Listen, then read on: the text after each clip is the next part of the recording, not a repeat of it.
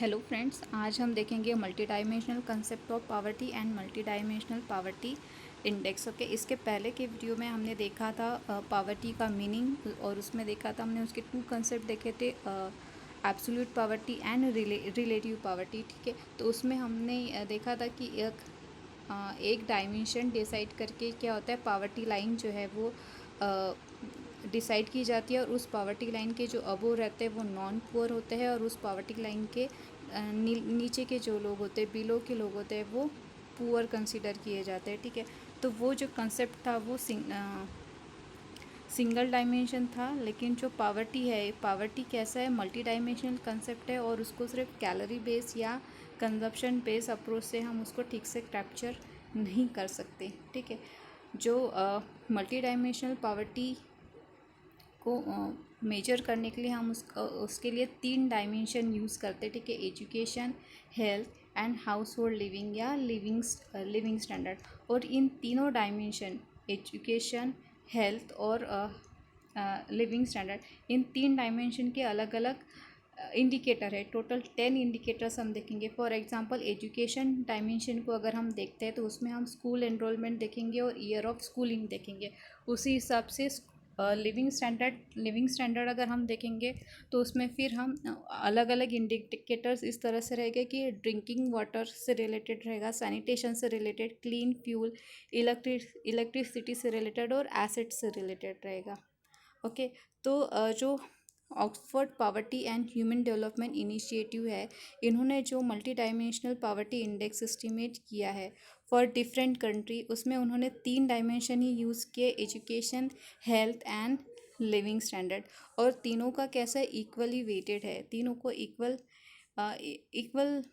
Weightage दिया हुआ है। ठीक है, सो ये जो तीनों डायमेंशन है, तीनों डायमेंशंस को के मिला के टोटल इसमें 10 इंडिकेटर है, और हर एक डायमेंशन के अपना इंडिकेटर्स है। तो सबसे पहले हम फर्स्ट डायमेंशन देखेंगे, एजुकेशन डायमेंशन। इस एजुकेशन डायमेंशन में हमारे पास 2 इंडिकेटर है, पहला है ईयर ऑफ स्कूलिंग एंड दूसरा है स्कूल अटेंडेंस। ठीक है, अभी किसी को एजुकेशन से रिलेटेड डिप्राइव्ड हम कम मानेंगे। पहला जो इंडिकेटर है ईयर ऑफ स्कूलिंग, उसमें हम डिप्राइव्ड कम मानेंगे if no household member has complete 5 year of schooling.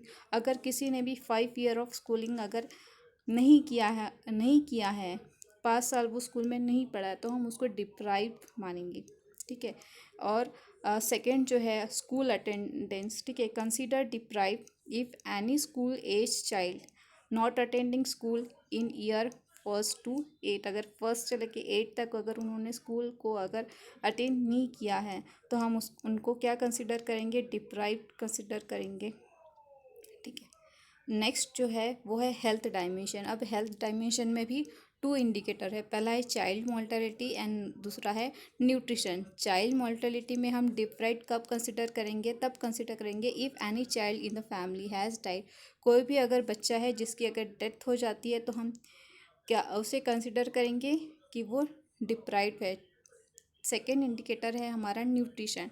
Deprived कब हम कंसिडर करेंगे, इफ़ एनी एडल्ट और चाइल्ड इज़ माल नरिश। अगर किसी भी फैमिली में अगर कोई भी एडल्ट या चाइल्ड जो है माल नरिश अगर होता है तो हम उसको कंसिडर करेंगे कि वो डिप्राइव्ड है। थर्ड है लिविंग स्टैंडर्ड। अब लिविंग स्टैंडर्ड के टोटल 6 इंडिकेटर है। तो सबसे पहला इंडिकेटर है इलेक्ट्रिसिटी। ठीक है, अगर इलेक्ट्रिसिटी किसी के घर में नहीं है तो हम उसको क्या कंसिडर करेंगे कि डिप्राइव्ड है वो, मतलब उसको इलेक्ट्रिसिटी का कनेक्शन उनके पास नहीं है, वो अपनी पूरी जो अपना जो लाइफ है वो इलेक्ट्रिसिटी के बगैर स्पेंड कर रहे हैं। ड्रिंकिंग वाटर से डिप्राइव्ड हम उनको कम मानेंगे जब household lack access to clean drinking water, और clean water is more than 30 minute walk from the home.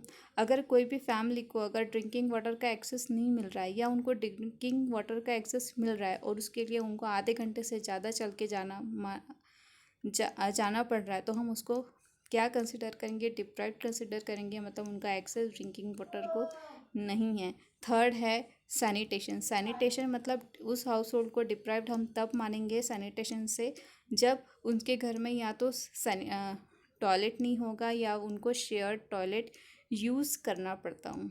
ठीक है, जो फोर्थ है लिविंग स्टैंडर्ड का ही फोर्थ इंडिकेटर है फ्लोरिंग। मतलब अगर किसी फैमिली को हम डिप्राइव्ड कब मानेंगे, जब उनका जो फ्लोर है, घर का जो फ्लोर होता है वो अगर डर्ट या सैंड या डंग से डंग का फ्लोर हो, मतलब कंक्रीट का फ्लोर उनका नहीं है, मिट्टी का फ्लोर है।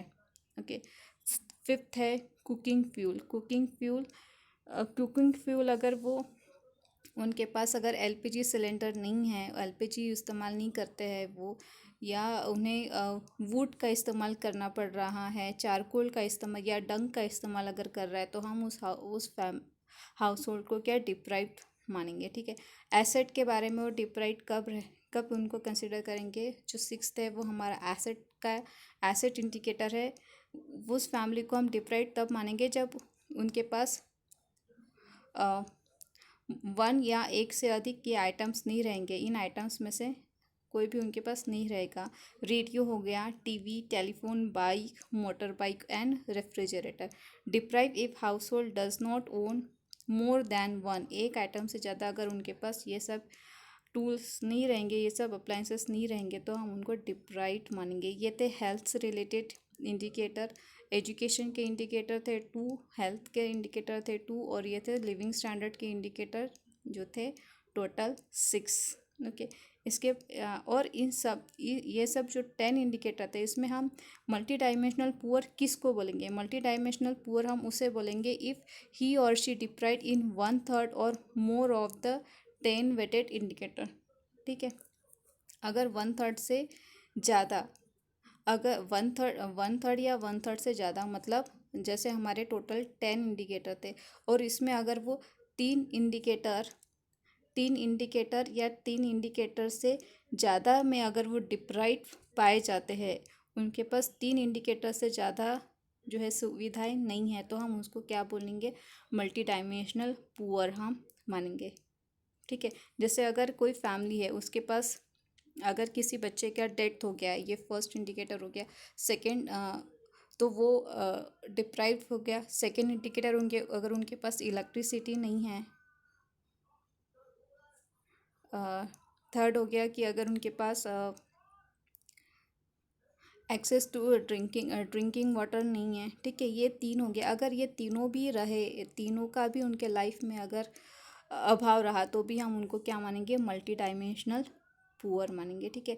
अभी जो हेड काउंट रेशियो है, हेड काउंट रेशियो भी यूज़ करते हैं मल्टी डायमेंशनल पॉवर्टी को मेजर करने के लिए। हेड काउंट रेशियो सिंपली क्या होता है, proportion of poor divided bye जो उसका टोटल पॉपुलेशन है। H=2 होता है ये Q/N। Q है हमारा प्रोपोर्शन ऑफ पुअर, उस पॉपुलेशन में पुअर का प्रोपोर्शन कितना है, डिवाइडेड बाय पॉपुलेशन। ठीक है। एंड उसके आगे है इंटेंसिटी ऑफ पॉवर्टी या breadth of deprivation. Intensity of poverty को अगर हमको इसका निकालना है, तो ये होता है समेशन ऑफ, ये समेशन का साइन है Q1 एंड C, और ये इसका पूरे डिवीजन में होता है ये Q। Summation of what, total weighted deprivation experience by the poor divided by Q जो है, Q हमने यहाँ देखा था, Q था proportion of the poor. Okay. और इसी में multi dimensional index, multi dimensional poverty index अगर हमको निकालना है, तो इसमें मल्टी डायमेंशनल पॉवर्टी इंडेक्स निकालने के लिए हमने जो हेड काउंट रेशियो निकाला था, इनटू हम कर देंगे इंटेंसिटी ऑफ पॉवर्टी। तो इन दोनों का मल्टीप्लाई करने से हमारा निकल के आ जाएगा multi dimensional poverty index. Okay friends, thank you.